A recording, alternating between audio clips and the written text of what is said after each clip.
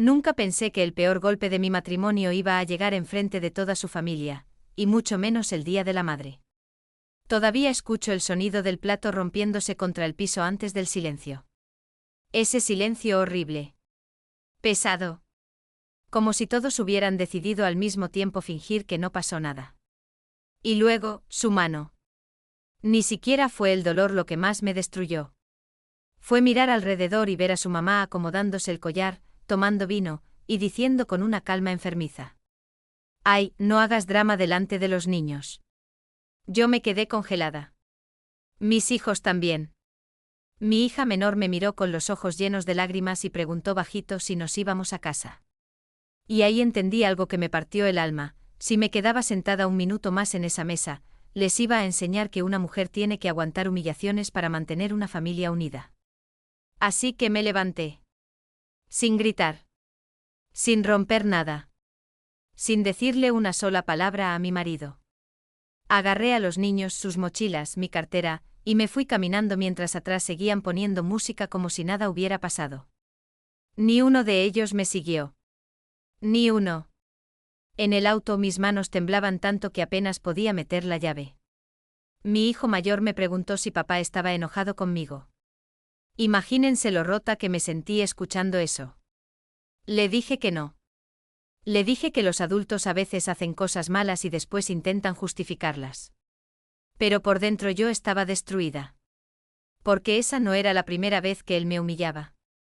Solo era la primera vez que lo hacía delante de todos. Y lo peor, fue que nadie se sorprendió. Cuando llegamos a casa, encerré a los niños en mi habitación con una película y me metí al baño a llorar en silencio. Pero mientras lloraba, empecé a recordar cosas. Comentarios. Miradas. Momentos que yo había minimizado durante años. La vez que me apretó demasiado fuerte del brazo porque le contesté mal. La vez que su mamá me dijo que una buena esposa sabe cuándo cerrar la boca. La vez que él rompió mi celular por accidente después de revisar mis mensajes. Todo empezó a encajar como un rompecabezas enfermo. Y ahí tomé una decisión. Una decisión que ni siquiera planeé demasiado. Pero por primera vez en años, pensé en mí. Pasé toda la noche despierta. Al día siguiente falté al trabajo.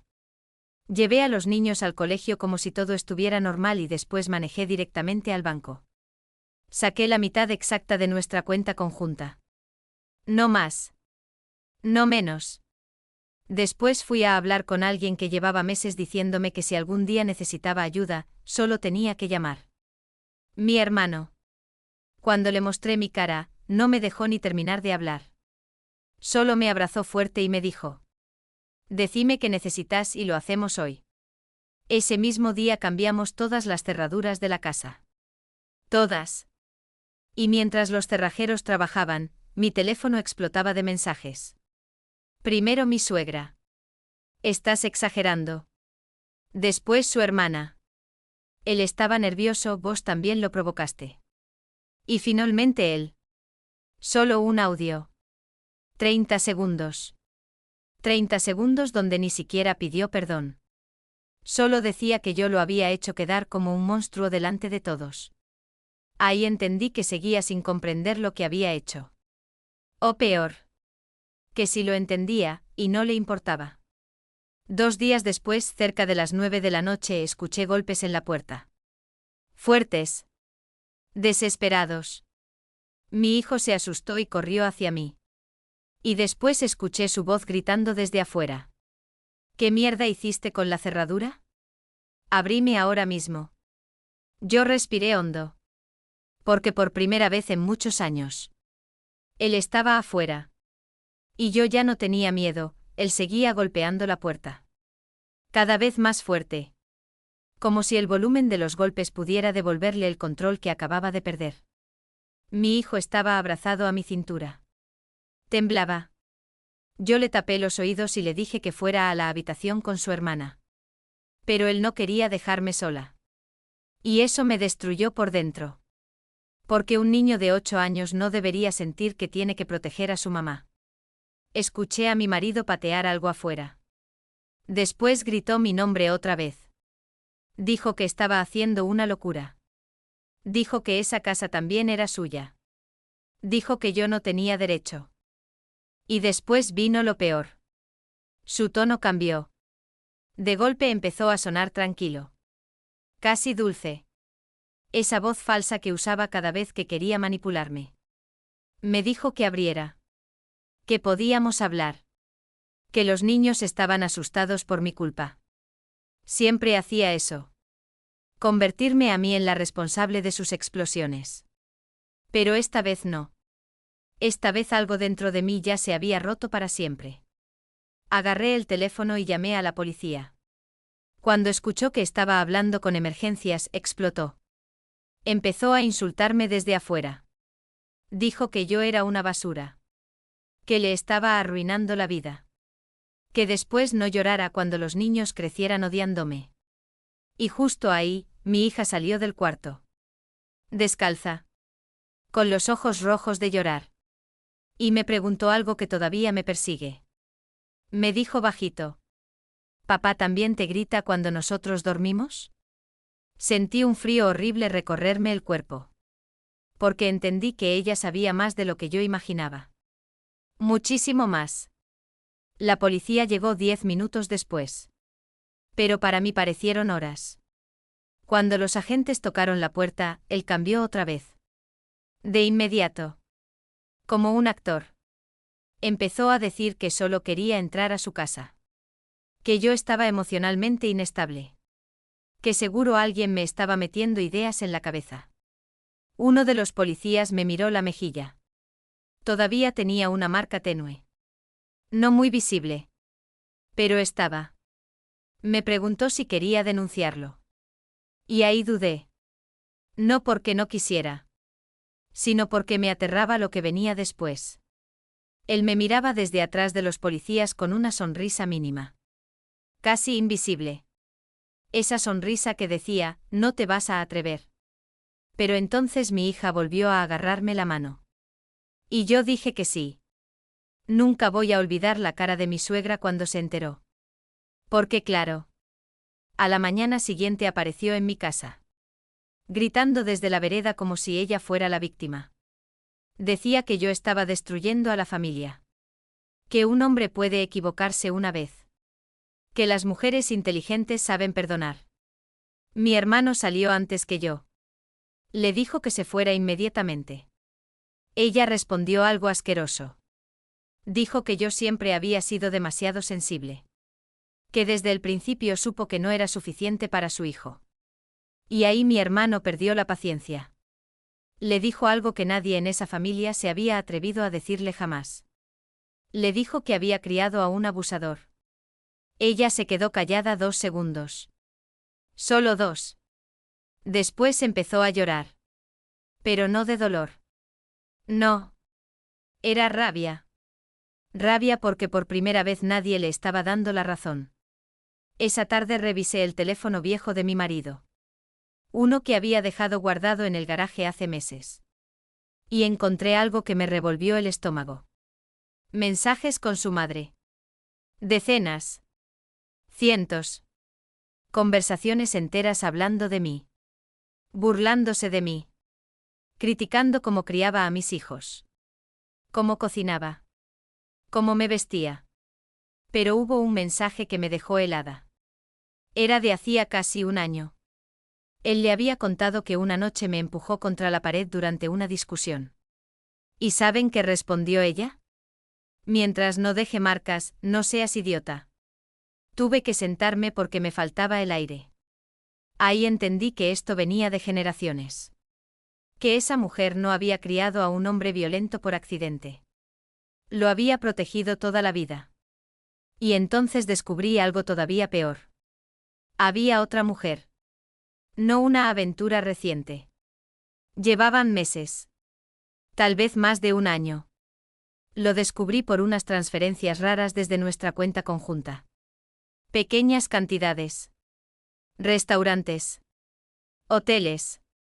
Regalos. Todo empezó a encajar.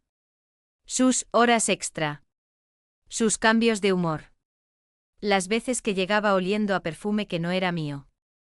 Y lo más humillante fue darme cuenta de que seguramente toda su familia lo sabía. Todos menos yo. Esa noche no pude dormir. Me sentía usada. Estúpida. Pero también furiosa. Una furia fría. Distinta. Ya no era tristeza. Era otra cosa. Y al día siguiente, mientras llevaba a los niños al colegio, recibí un mensaje de un número desconocido. Solo decía: necesitamos hablar. Soy la otra mujer. Me quedé congelada mirando la pantalla. Porque en ese momento pensé que ya no quedaba nada capaz de sorprenderme. Pero estaba completamente equivocada. Me quedé mirando ese mensaje durante casi un minuto entero. Sentía el corazón golpeándome en el pecho. Pensé que era una trampa. Pensé que era él usando otro número para manipularme otra vez. Pero había algo raro. Algo en la forma de escribir. Le respondí solo una cosa. ¿Quién sos? Tardó unos segundos. Después llegó otro mensaje. La mujer con la que tu marido lleva más de un año acostándose. Y creo que no soy la única. Sentí náuseas. Literalmente tuve que estacionar el auto porque pensé que iba a vomitar. Mis manos temblaban. Me quedé respirando fuerte mientras los autos pasaban alrededor. Y lo peor era que una parte de mí todavía quería creer que era mentira. Que esto no podía ponerse peor. Pero sí podía. Siempre podía. Le pregunté qué quería. Me respondió que necesitaba hablar conmigo en persona. Dijo que ella tampoco sabía toda la verdad hasta hacía unos días. Y que cuando descubrió algo, entendió que las dos habíamos sido engañadas. Ahí sentí miedo de verdad. Porque no sabía qué significaba eso. Nos encontramos esa misma tarde en una cafetería lejos de mi barrio. Cuando llegué la reconocí enseguida. Era más joven que yo. Mucho más. Y tenía la cara destruida de alguien que llevaba días sin dormir. Cuando me vio entrar, se puso de pie nerviosa. Yo no sabía si quería gritarle o salir corriendo.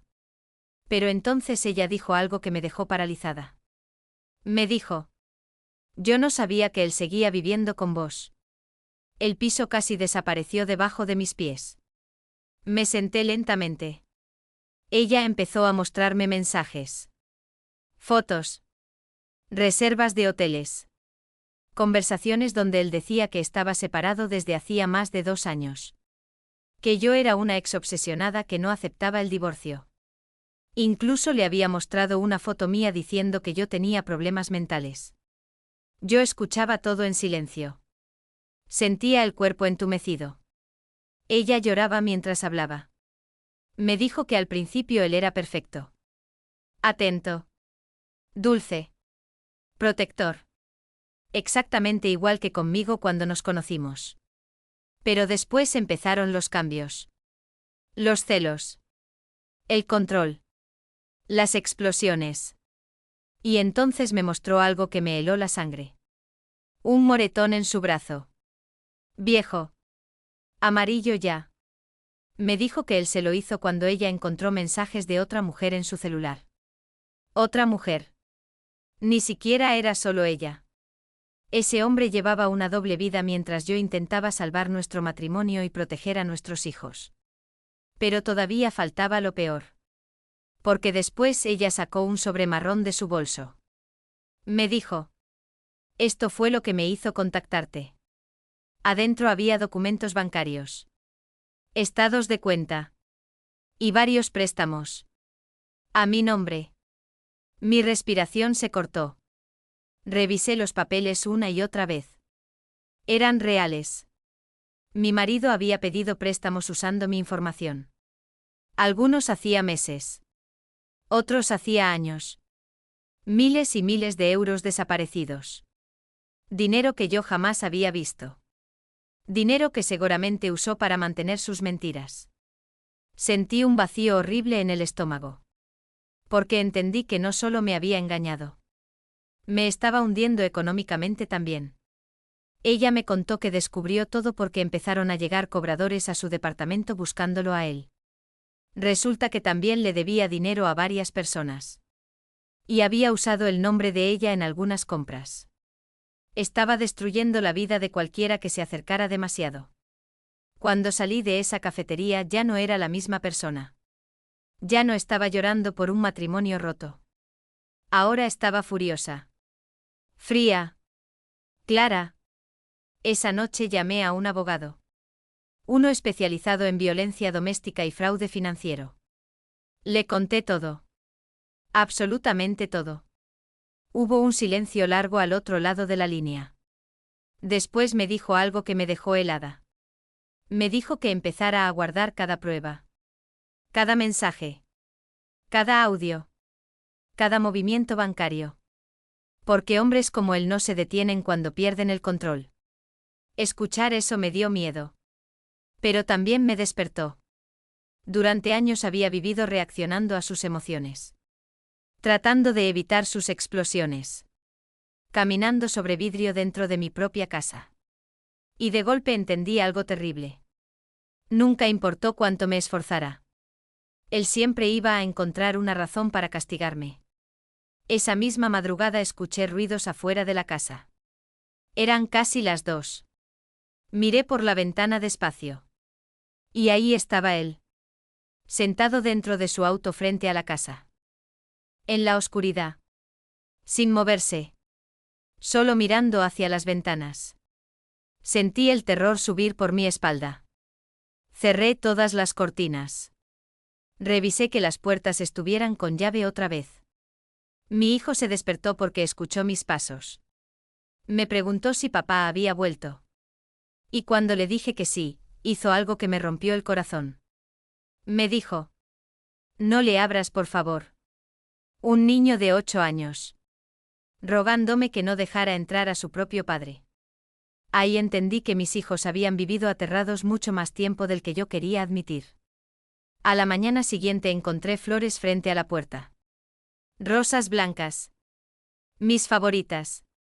Sin tarjeta. Sin nombre. Pero yo sabía perfectamente quién las había dejado. Antes eso me habría confundido. Antes habría pensado que tal vez estaba arrepentido. Pero ya no.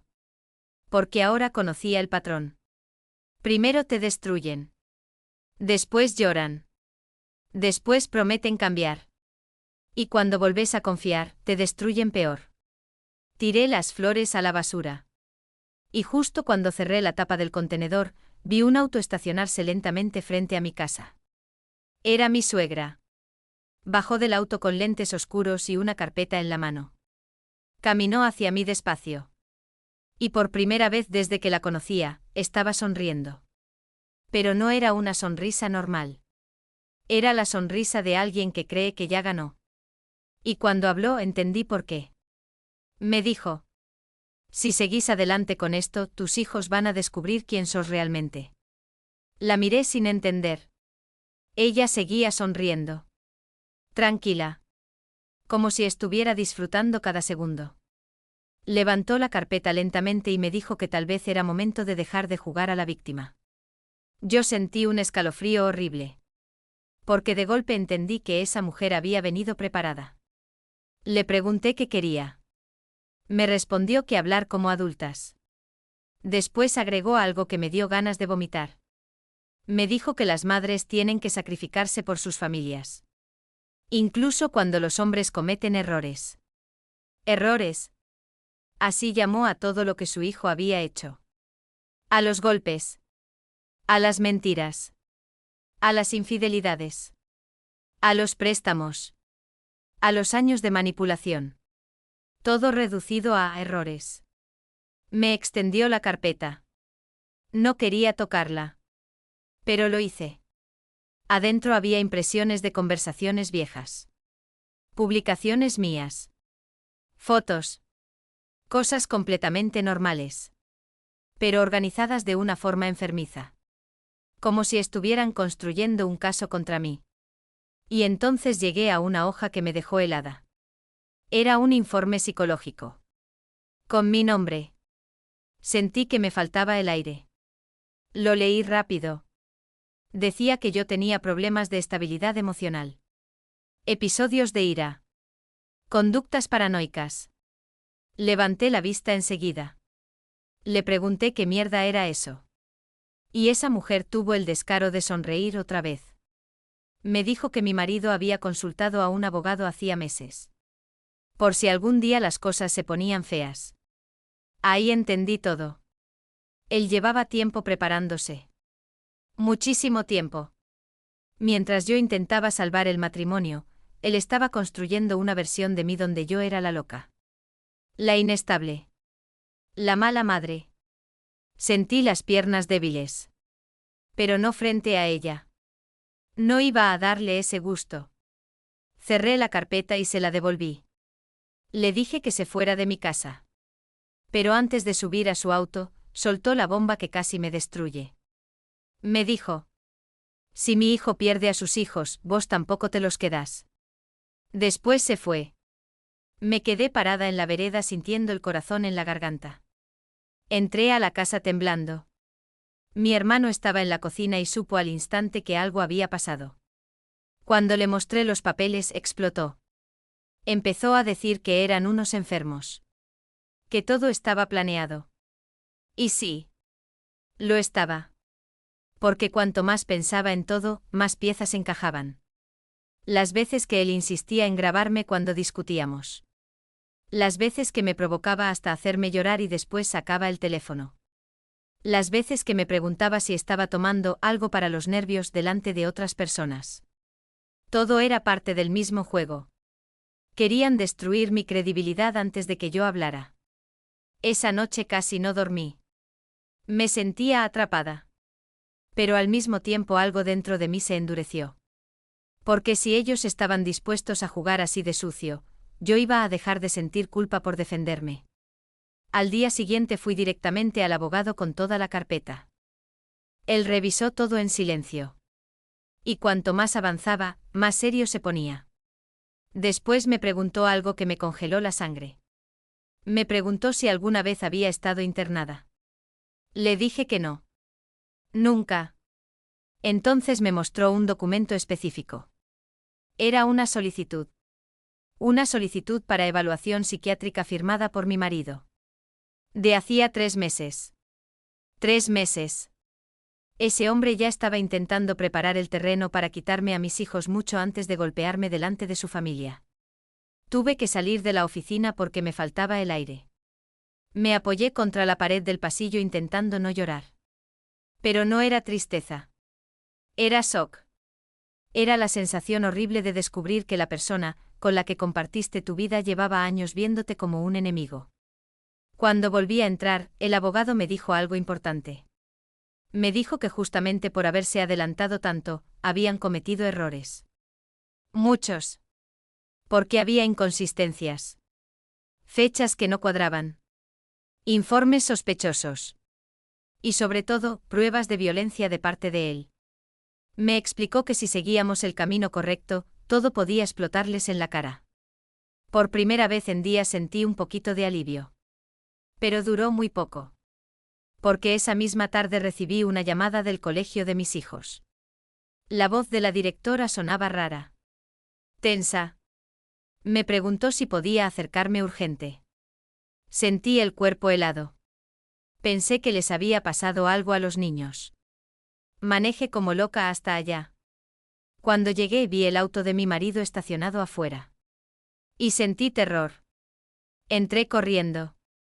Mi hija estaba llorando en la oficina de dirección. Mi hijo tenía la cara roja de rabia. Y mi marido estaba sentado tranquilamente como si nada.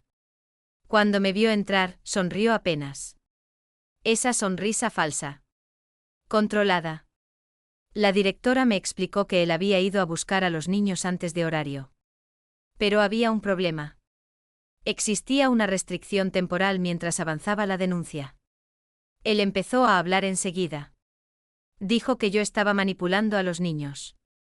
Dijo que él solo quería verlos. Después me miró directamente y dijo algo que me revolvió el estómago. Dijo: contales la verdad. Contales por qué realmente te fuiste de casa. Yo no entendía de qué hablaba. Hasta que sacó el teléfono. Y reprodujo un audio. Mi propia voz llorando. Gritando. Desesperada. Era de una discusión vieja. Pero editada. Cortada. Manipulada. En el audio parecía que yo estaba fuera de control. Parecía que él era la víctima. Mi hija me miró confundida. Y ahí sentí una desesperación tan grande que casi me derrumbó. Porque entendí que ese hombre estaba dispuesto a destruirme delante de mis propios hijos con tal de ganar. Pero entonces pasó algo que ninguno esperaba. Mi hijo se levantó de golpe. Miró a su padre directamente a los ojos. Y le dijo con una voz temblando de rabia: «Deja de mentir. Yo escuché cuando golpeaste a mamá». El silencio en esa oficina fue brutal. Mi marido se quedó congelado. La directora también. Y mi hijo siguió hablando. Dijo que no era la primera vez que escuchaba cosas romperse. Que muchas noches escuchaba llorar a mamá en el baño. Y que tenía miedo cada vez que papá estacionaba el auto demasiado rápido porque sabía que iba a llegar enojado. Yo sentí que el corazón se me partía en 1000 pedazos. Porque mi hijo había cargado con ese miedo solo durante años. Mi marido intentó interrumpirlo. Pero el niño gritó algo que todavía me hace llorar cuando lo recuerdo. Le gritó: «Te odio por hacerla llorar siempre». Y por primera vez desde que lo conocía, vi a mi marido perder completamente el control de su cara. Porque entendió algo horrible. Ya no me estaba perdiendo solo a mí. También estaba perdiendo a sus hijos. Mi marido se quedó mirando a nuestro hijo como si no pudiera creer lo que acababa de escuchar. Pero no era tristeza lo que tenía en la cara. Era odio. Un odio frío. Silencioso. Ese tipo de mirada que te hace entender que alguien ya no te ve como familia. Te ve como un enemigo. La directora pidió calma. Dijo que todos necesitábamos respirar. Pero mi hijo seguía llorando. Mi hija también. Y yo sentía que me estaba rompiendo por dentro viendo a mis niños explotar después de años guardándose todo. Mi marido intentó acercarse a ellos. Mi hijo retrocedió inmediatamente. Y eso le dolió más que cualquier denuncia. Lo vi en su cara. Porque los abusadores soportan perder muchas cosas. Pero no soportan perder la imagen que tienen de sí mismos. Él necesitaba verse como un buen padre. Aunque fuera mentira. Aunque aterrorizara a todos en la casa. Y en ese momento su propio hijo acababa de destruir esa fantasía delante de extraños. La directora suspendió la reunión. Dijo que cualquier tema de custodia debía manejarse legalmente. Cuando nos fuimos, mis hijos caminaron pegados a mí como si tuvieran miedo de que él nos siguiera. Y sí. Nos siguió. Todo el camino hasta casa. Veía su auto detrás del mío en cada semáforo. Mi hija empezó a ponerse nerviosa. Me preguntó si papá estaba enojado. Le mentí. Le dije que no. Pero yo misma estaba temblando. Cuando estacioné frente a casa, él frenó unos metros atrás. No bajó. Solo se quedó ahí mirando. Esperando algo. Cualquier reacción. Entré rápido con los niños y cerré todo. 10 minutos después recibí un mensaje suyo. Esto recién empieza. Solo eso. Ningún perdón. Ninguna explicación. Una amenaza. Mi abogado me dijo que guardara absolutamente todo. Y eso hice. Empecé a documentar cada llamada. Cada mensaje. Cada aparición inesperada. Porque sí. Empezó a aparecer por todos lados. Afuera del trabajo. Cerca del colegio. Incluso frente al supermercado. Siempre fingiendo casualidad. Siempre con esa sonrisa tranquila que me hacía sentir peor que los gritos. Porque cuando estaba calmado era cuando más peligroso se volvía. Una noche recibí una llamada de número privado. Contesté pensando que podía ser algo del caso. Era él. No gritaba. Sonaba extrañamente sereno. Me dijo que extrañaba a los niños. Después empezó a llorar. O a fingir llorar. Ya ni sé. Dijo que estaba destruido. Que había cometido errores horribles. Que necesitaba ayuda. Durante unos segundos casi sentí culpa. Y eso me dio rabia conmigo misma. Porque después de todo lo que había pasado, una parte de mí todavía reaccionaba a su manipulación. Pero entonces dijo algo que me devolvió a la realidad. Me dijo: si vuelven a casa, puedo olvidar todo esto. No si volvemos. No si arreglamos las cosas. Dijo si vuelven.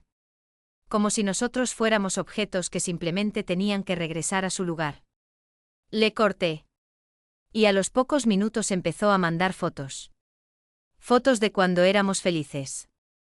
Vacaciones. Cumpleaños. Los niños bebés. Era enfermizo. Como si estuviera intentando borrar todo lo demás.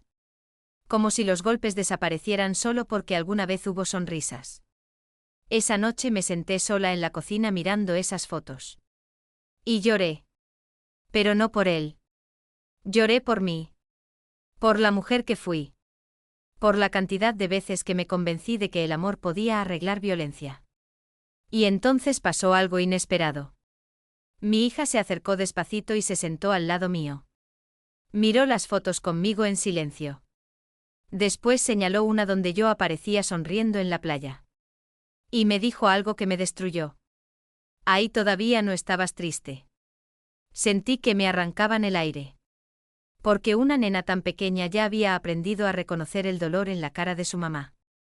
Los días siguientes fueron una guerra silenciosa. Él empezó a mover contactos.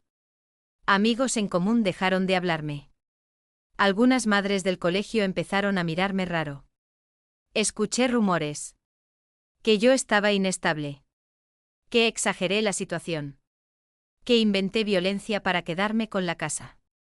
Incluso una mujer me preguntó si era cierto que yo había atacado primero a mi marido. Ahí entendí que él estaba construyendo una narrativa. Y lo estaba haciendo rápido.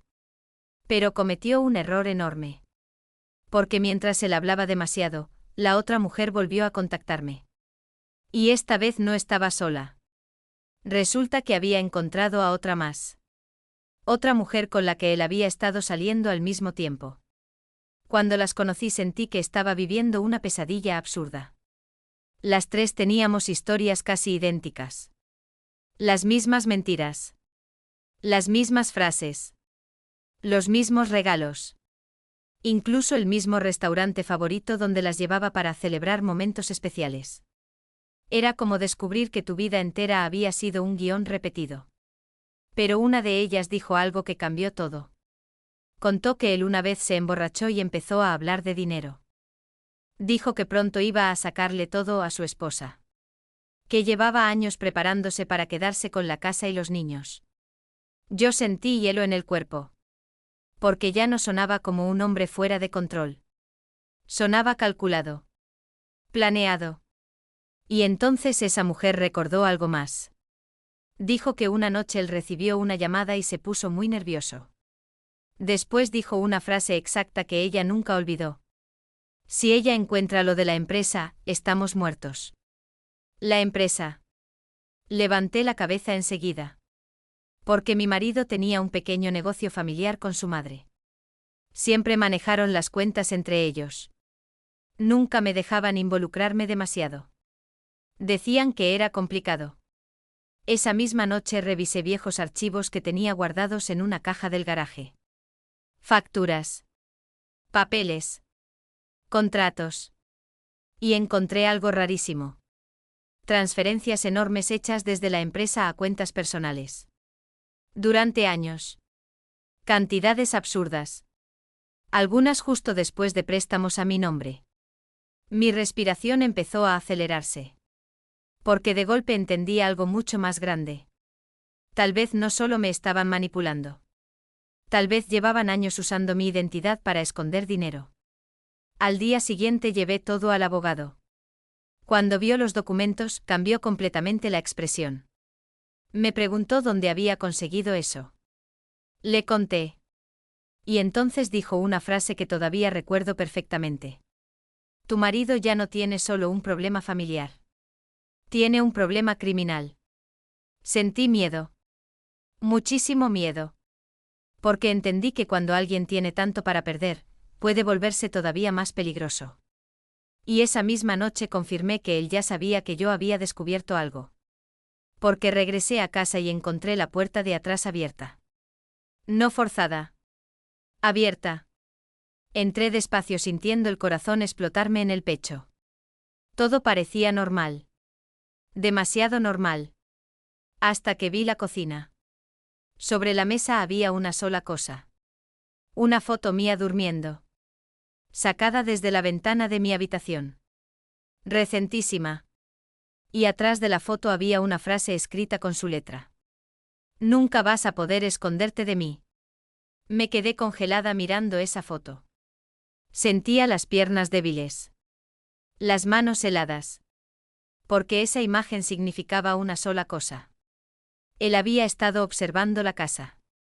Muy cerca. Tal vez durante días. Tal vez durante semanas. Y mientras yo intentaba proteger a mis hijos, ese hombre seguía moviéndose alrededor de nosotros como una sombra. Llamé a la policía inmediatamente. Revisaron la casa completa. No encontraron señales de entrada forzada. Eso fue peor. Porque significaba que probablemente todavía tenía una copia vieja de las llaves. O que alguien le había abierto. Cuando uno de los agentes me preguntó si sospechaba de alguien, pensé automáticamente en su madre. Y eso me enfermó. Porque ya no sabía hasta dónde llegaba esa familia. Esa noche la policía recomendó que no me quedara sola con los niños. Mi hermano vino a dormir al sofá. Revisó todas las ventanas 3 veces antes de acostarse. Pero nadie durmió realmente. Cada ruido nos hacía saltar. Cada auto que frenaba afuera me hacía mirar por la ventana. Cerca de las 3 de la mañana escuché algo en el patio. Mi hermano salió corriendo con una linterna. Yo me quedé abrazando a mis hijos. Después escuché que él gritó mi nombre desde afuera.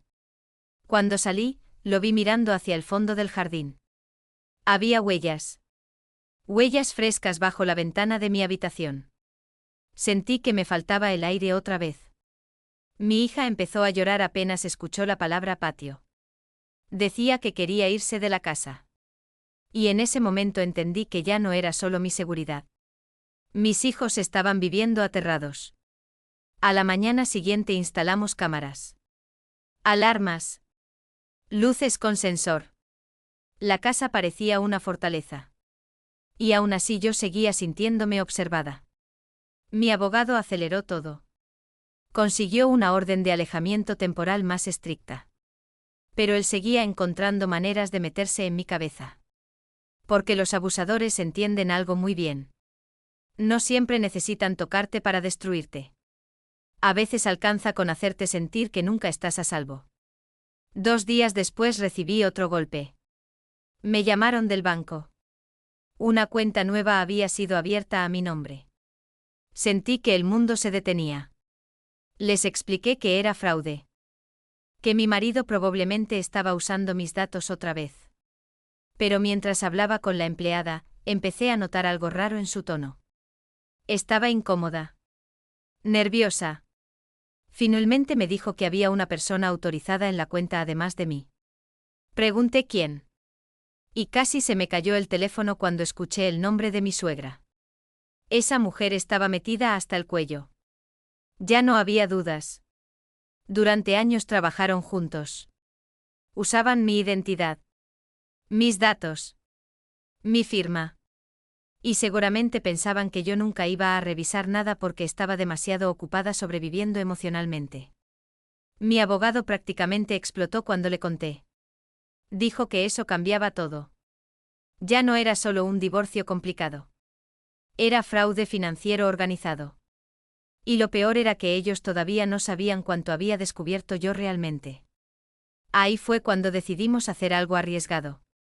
Dejamos de responderles. Totalmente. Ni mensajes. Ni llamadas. Nada. Queríamos que se sintieran confiados. Queríamos que cometieran errores. Y funcionó. Porque 3 noches después, una de las cámaras captó algo. Eran casi las 2 de la mañana.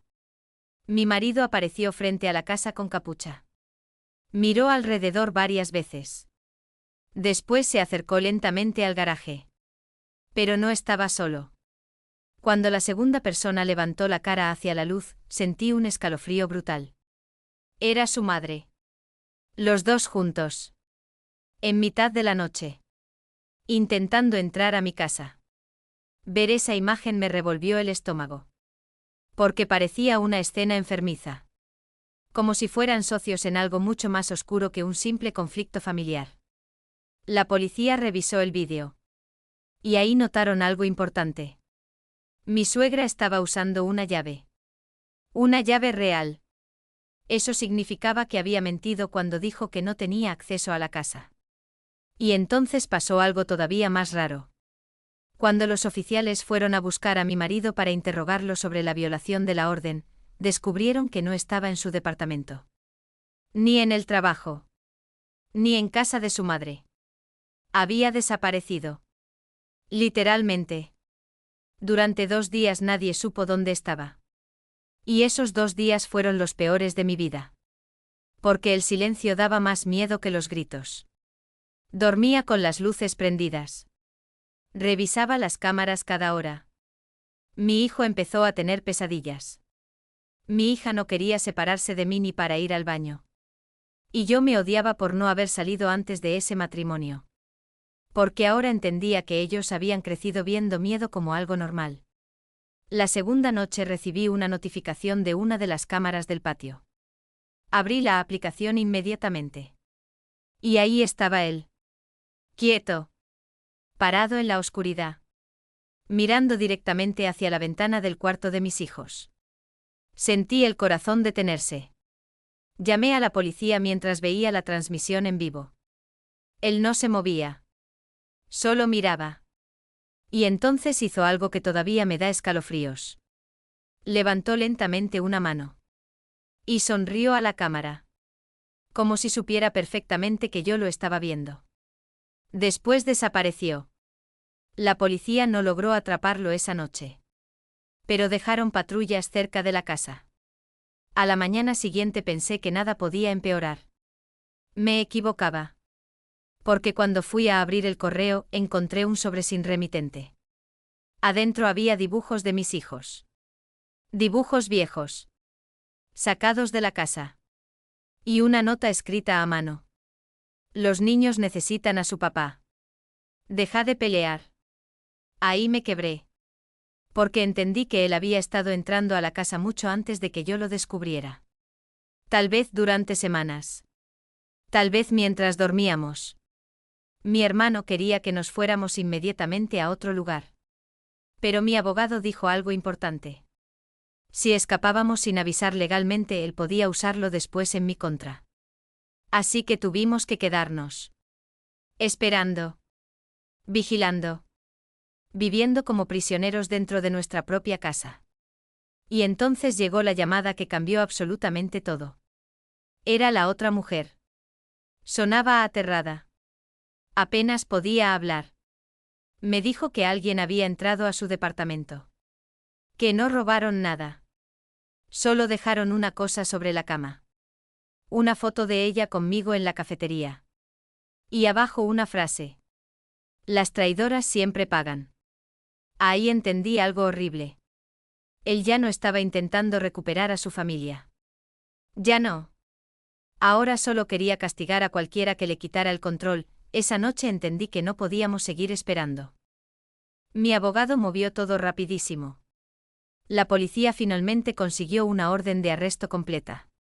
Ya no era solo por violencia doméstica. Ahora estaban investigando fraude, acoso, intimidación y violación de la orden de alejamiento. Pero aún así, él seguía desaparecido.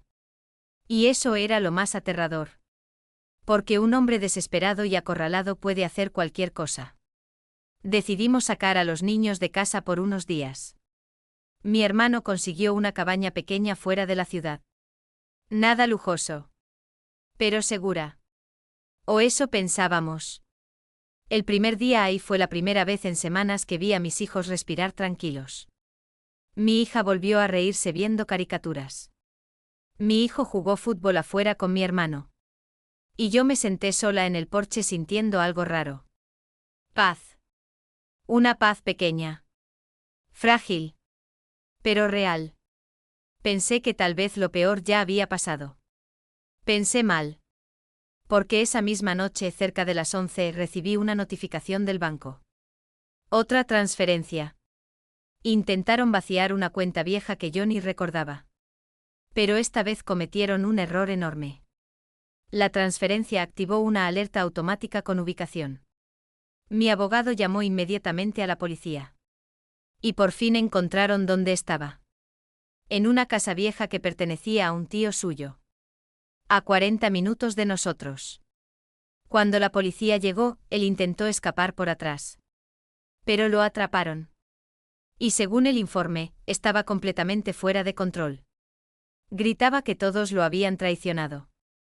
Que yo le había lavado la cabeza a los niños. Que su madre iba a arreglar todo. Su madre. Esa mujer todavía pensaba que podía salvarlo. Pero no sabía que mientras él se escondía, la investigación financiera siguió avanzando. Y encontraron muchísimo más de lo que imaginábamos. Empresas falsas. Cuentas ocultas. Préstamos usando identidades ajenas. Incluso descubrieron que había deudas enormes a nombre de su propia madre. Ahí pasó algo increíble. La familia que tanto lo defendía empezó a desaparecer. Sus hermanas dejaron de responderle. Los amigos dejaron de hablar. Porque ya no podían fingir que todo era drama familiar. Ahora había pruebas. Documentos. Delitos reales. Y entonces llegó el golpe final. Su madre intentó negociar conmigo. Sí. Después de todo. Me llamó llorando. Diciendo que su hijo estaba enfermo. Que no sabía lo que hacía. Que por favor retirara la denuncia. Le pregunté algo que llevaba años guardado. Le pregunté si alguna vez le importó lo que yo sufría. Hubo silencio. Largo. Después respondió algo que jamás voy a olvidar. Me dijo. Yo solo quería proteger a mi hijo. Y ahí entendí toda la tragedia de esa familia. Ella protegió tanto a su hijo, que terminó creando un monstruo. Le corté. Nunca más volví a hablarle. El juicio tardó meses. Fueron los meses más agotadores de mi vida. Pero también fueron los meses donde empecé a volver a ser yo. Terapia. Silencio. Dormir sin miedo. Aprender a no saltar cada vez que alguien levantaba la voz. Y sobre todo, aprender a dejar de sentir culpa. Porque eso es lo que hacen los abusadores. Te entrenan para sentir culpa incluso cuando sobrevivís. Mi hijo empezó terapia también. Un día volvió de sesión, y me dijo algo que me hizo llorar toda la noche. Me dijo. Ahora entiendo que no era mi trabajo salvarte. Ningún niño debería pensar que tiene que salvar a su madre. Ninguno. El día de la sentencia llovía muchísimo. Él entró esposado. Y por primera vez desde que lo conocía, parecía pequeño. Ya no tenía esa seguridad arrogante. Ya no tenía el control. Y cuando el juez empezó a leer todas las pruebas, vi algo que jamás pensé ver. Miedo. Miedo real en sus ojos. Lo declararon culpable de fraude, acoso y violencia doméstica. Escucharlo fue raro. No sentí felicidad. Sentí cierre. Como cerrar una puerta que llevaba años golpeándome el alma. Pero el verdadero final llegó después. Mucho después. Un domingo cualquiera. Estaba cocinando con mis hijos. Música baja. Ventanas abiertas. Mi hija riéndose porque había quemado unas galletas. Y de repente me di cuenta de algo. Nadie estaba gritando. Nadie estaba rompiendo cosas.